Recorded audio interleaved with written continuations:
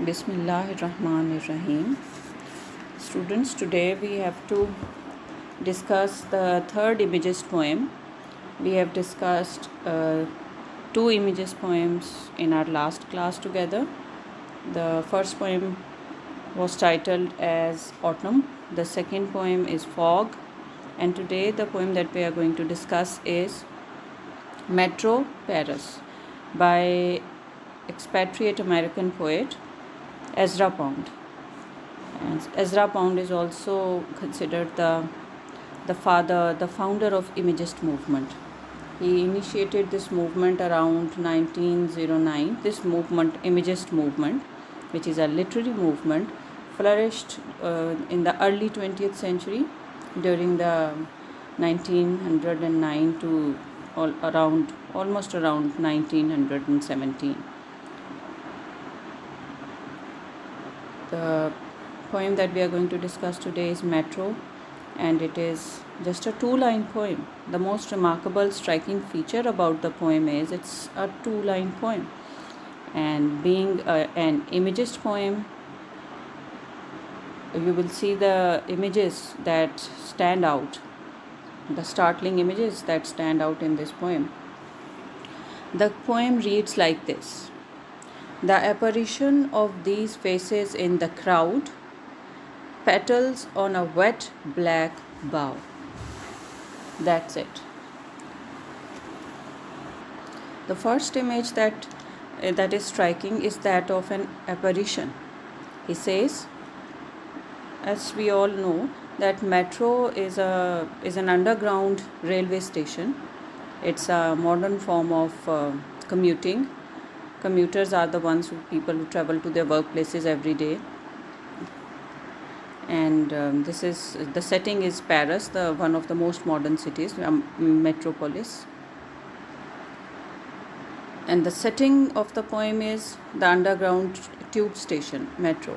The apparition of these faces in the crowd. So the most remarkable features that stand out, the most remarkable images that stand out in the first verse could be apparition. Apparition means a ghost of these faces in the crowd. And the next image is that of a crowd. Apparition is a supernatural image. A ghost is the image has been taken from the supernatural domain, and the crowd is what humanizes this one impression of ghostly quality on all the faces in the crowd. So there is a crowd, and all the faces make up a crowd. That means the mob mentality. And as we have discussed in the earlier two poems as well, that modern civilization, these poems criticize the modern civilization in the sense that there is a sense of individuality is lost. Why? Because of the loss of moral values, because of the loss of spiritual values, because of the increasing materialism in the machine age. This poem is set in Paris, the modern city, and the underground railway station is supposed to be quite a peak of human achievements, scientific achievements. And there in the underground, the crowd, which is composed of human faces, is presented with the image of an apparition. There is a ghostly quality on the faces of all the people making up the crowd. That's just one image, one impression for the moment. The next line goes like this: petals on a wet black bough. Petals, you see, is in contrast to the previous image, in the previous image of apparition. So we need to discuss what makes these faces in the crowd like ghosts, what gives the ghostly impression, the death-like impression to the faces in the crowd. And the second line, petals, is a very positive, constructive, creative, in fact optimistic image. Yet the image is completed by petals on a wet black bough. Bough is the branch of a tree. So why is the branch of the tree not green? Why is it black? The indication of the reason is hidden in the word wet. Wet on the one hand suggests water. On the other hand, it also suggests the reason for the blackness of the branch. The branch is going rotten or has almost gone rotten. But what is the most creative and optimistic, hopeful image is that of petals. So we have these few images to deal with at our hands. The image of apparition and this ghostly impression on all the faces in the crowd. Next, the image of petals. These petals are again compared with the faces in the crowd. So on the one hand, these faces give the ghostly impression. On the other hand, there is the hope and the possibility of a renewed life, of a renewed potential for creativity, for love, for truthfulness, for kindness, which is evoked through the image of petals. These petals are connected with a wet black bough, which could be suggestive of the underground railway station itself. The blackness in the underground tube station, the length and the blackness, the tunnel-like quality could have been evoked through the wet black bough. Wet is suggests the season, the wet weather, and the humidity and the semi-darkness in the underground railway station. That needs to be kept in mind.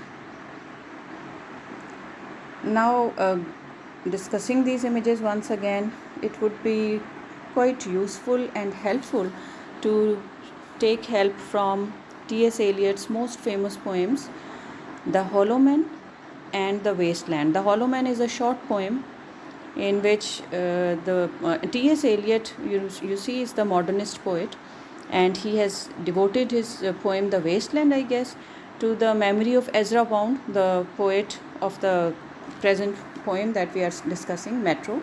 Metro Paris is written by Ezra Pound, and T.S. Eliot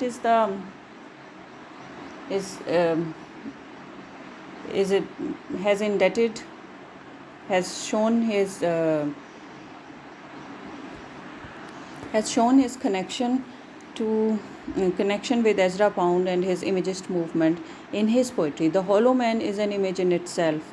His other poem, the most famous poem, which consists of 5 cantos, it's a lengthy poem, but the most famous poem, that is the hallmark of 20th century modernist poetry, that is The Wasteland. Both these poems, the titles of the poems are suggestive of the themes. Both these titles are quite imagist in themselves. The Hollow Man, and the lines, few of the verses from Hollow Man go like this: we are the hollow men, we are the stuffed men, leaning together, headpiece filled with straw. So T.S. Eliot has called the modern men, the modern humans, as hollow. Hollow means empty. Emptiness that is due to the lack of moral values, due to the lack of moral awareness, due to the lack of spiritual enlightenment. They are hollow because they have chosen materialism over spiritual growth and evolution and healing. Emotional healing is not the priority of the modern men. Modern humans, let's call them modern humans to include all the genders. And he says that we are the stuffed men. Stuffed men means like stuffed toys. Human beings are like toys who are bereft of genuine feelings. Leaning together, again the image of a crowd comes up. They are leaning together. They are just looking at each other. They have no individuality, no thoughts of their own. They are all following the rat race for more and more material possessions. Leaning together, headpiece filled with straw. Alas, straw means worthless thoughts, worthless ideas, or you may say materialistic ambitions that lust that insatiable greed for more and more material possessions, for money, for power, wealth, popularity, etc. These thoughts, these ambitions, these ideas make up the straws, the worthless ideas that fill the minds of the modern humans. Therefore, T.S. Eliot calls them the hollow men, who look like men, but at heart, at the core, there is hardly any worth or value as humans, because they do not cultivate, they do not nurture human values. What are the human values? The ability to stand for truth, the ability to love. Whoever can stand for truth is capable to love, and whoever denies the truth is somebody who denies the power of love also, the power of creativity also. The next poem that I would suggest to seek help from in order to make sense of these few images in the poem at hand, Metro. The next poem is The Wasteland, and the lines I have chosen are line number 62 and 63. And the lines go like this, and I quote, "A crowd flowed over London Bridge, so many. I had not thought death had done so many." The poet says that he sees a crowd, again the image of a crowd, which is flowing over London Bridge. This is the image of London Bridge, where the people are flowing, not walking. They are like a crowd. They are just following the you may say like sheep, like animals. They are just following each other, like in the above poem, the other poem I've referred to, Leaning Together. They are just following each other. They have no thoughts, no minds of their own, no individuality, no independent thought. They are just like a herd, like a herd of animals, like a herd of sheep. They are just following each other. Therefore he says, so many. I had not thought death had undone so many. So they are all physically, biologically alive, living people, present on the London Bridge, yet he calls them dead. Dead means they are spiritually dead, they are morally unawakened, they are spiritually unenlightened. They have chosen material possessions, they have chosen physical pleasures, they have chosen temporary bodily needs and luxuries over the permanent, most valuable, most worthy qualities of spiritual evolution, moral training, and emotional health. These 3 points are vital to the understanding of all the modern poetry, these imagist poems at hand, as well as the modern civilization and the crisis, the moral crisis that we face all around us at the moment. This is why these poems are relevant to us, relevant to the modern times, relevant to the readers today. We are studying these poems, evaluating these poems, because they speak to us, because they encapsulate the condition of the contemporary times as well. People are emotionally unhealthy, and that shows, that reflects in their uh, rejection of truth and love, in their denial of truth and love. You see, people are often unable to connect with each other, unhappy to connect with each other. They may be physically present in the parties or get-togethers or in such communal activities, but there is hardly any heart-to-heart connection or genuine conversation available or possible to these people. So these are the themes of these are the themes of the loss of balance between body and soul. Modern man has chosen the comforts, the luxuries of body over the comforts of, over the evaluation or moral training or spiritual growth and evolution. And that has led to the disconnection, dissociation of modern humans from themselves, from nature, from other people, and from God. And this all has been caused by the urbanization, mechanization, and materialism, greed, selfishness, lies, ego. Lies is a whoever lies, that is a sign of ego. Wherever there is ego, there will be lies, because ego is supported by lies only. And then we talk about self respect and Iqbal's concept of self respect, which people would like to call healthy ego. So we can differentiate ego as healthy and unhealthy ego. Unhealthy ego mixes truth and lies, right and wrong. Healthy ego, which Iqbal says self respect, the concept of khudi, that is founded only on truth, the whole truth, the complete truth. And then there is the theme of the possibility of regeneration, resurrection, renewal, a new life. So once these points are clear, you can easily interpret the poem at hand, Metro. The poet says the apparition of these faces in the crowd, the whole crowd in the underground railway station, appears to be like apparition. Apparition means ghosts. They all appear like ghosts. That one reason could be naturally the semi-darkness in the underground tube station. That is the literal surface meaning, first meaning.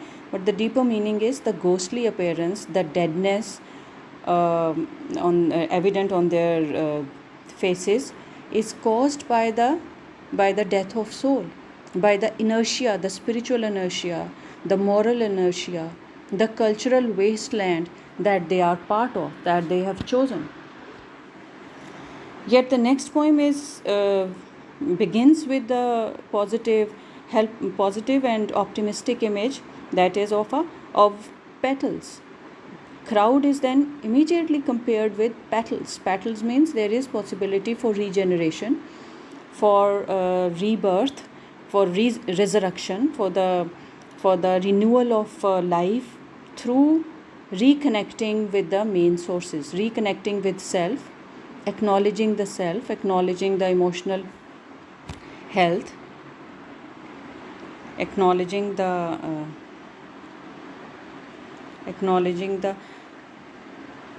not avoiding the self.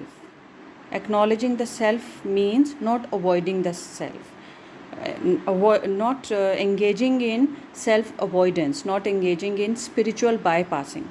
Spiritual bypassing, you see, means a tendency, a trend to use spiritual ideas and practices to avoid facing unresolved, number one, unresolved emotional issues, number two, psychological wounds, number three, unfinished developmental tasks, means moral training, moral health, emotional health, psychological healing. When these issues are ignored or avoided or rejected, purposely, intentionally, brushed under the carpet, then you see there is the ghostly quality about human beings. They may be together, their bodies may be together, yet their hearts are far apart. They are hidden away from each other. Like the underground is an image of a place under the ground. They are not open to life. They are not. They have chosen not to be vulnerable to life. But once they can retrace all this process that has made them like apparitions, retrace this whole process of urbanization, mechanization, materialism, and reconnect with themselves once again, address their emotional issues, address their psychological wounds, show commitment and willingness to achieve emotional and psychological healing and health, and show their commitment to moral training, moral health, then the whole process can be retraced. This reconnection with themselves, with nature, with other people, with other human beings, through truth and love, can make the petals blossom once again, can infuse a new life once again in these human beings, who are right now no better than apparition, which could also be the petals on a wet black bough. Wet black bough shows the rottenness, the moral corruption at the heart of modern civilization. That's why Eliot has called it the modern wasteland, the cultural wasteland, a culture that promotes spiritual bypassing. What is spiritual bypassing? Self avoidance. Self avoidance in the name of religion, self avoidance in the name of religious ideas and practices, in order to avoid facing the real issues at heart, real issues at mind, the emotional issues, the psychological wounds, the moral problems. And when religion is used to avoid these moral problems, avoids facing the unresolved emotional and psychological wounds, that's called the false light. Religion misused for self avoidance is called the false light. This is not the true light, because true light of religion leads to truth, the whole truth, not the half truth. Moreover, students, you can look at the board. The form of the poem is imagist. It's an imagist poem. It's evocative and suggestive, comes up with clear, precise images. Technique means poetic devices that have been used. You can comment on the tone. You can observe there is the tone is evocative. It evokes a whole range of images taken both from the natural world and the supernatural world. There are the comparisons used. Comparisons are more of metaphoric nature. You girls should notice that instead of similes, the comparisons are more of metaphoric nature. There is the symbol of underground tube station. There is the use of alliteration especially in the last line. You can notice a wet black bow, B. The sounds have been repeated. That is alliteration, and the repetition of B sound, black bow, in a way leaves a very lasting impression to crystallize the image in the minds. The image has been crystallized.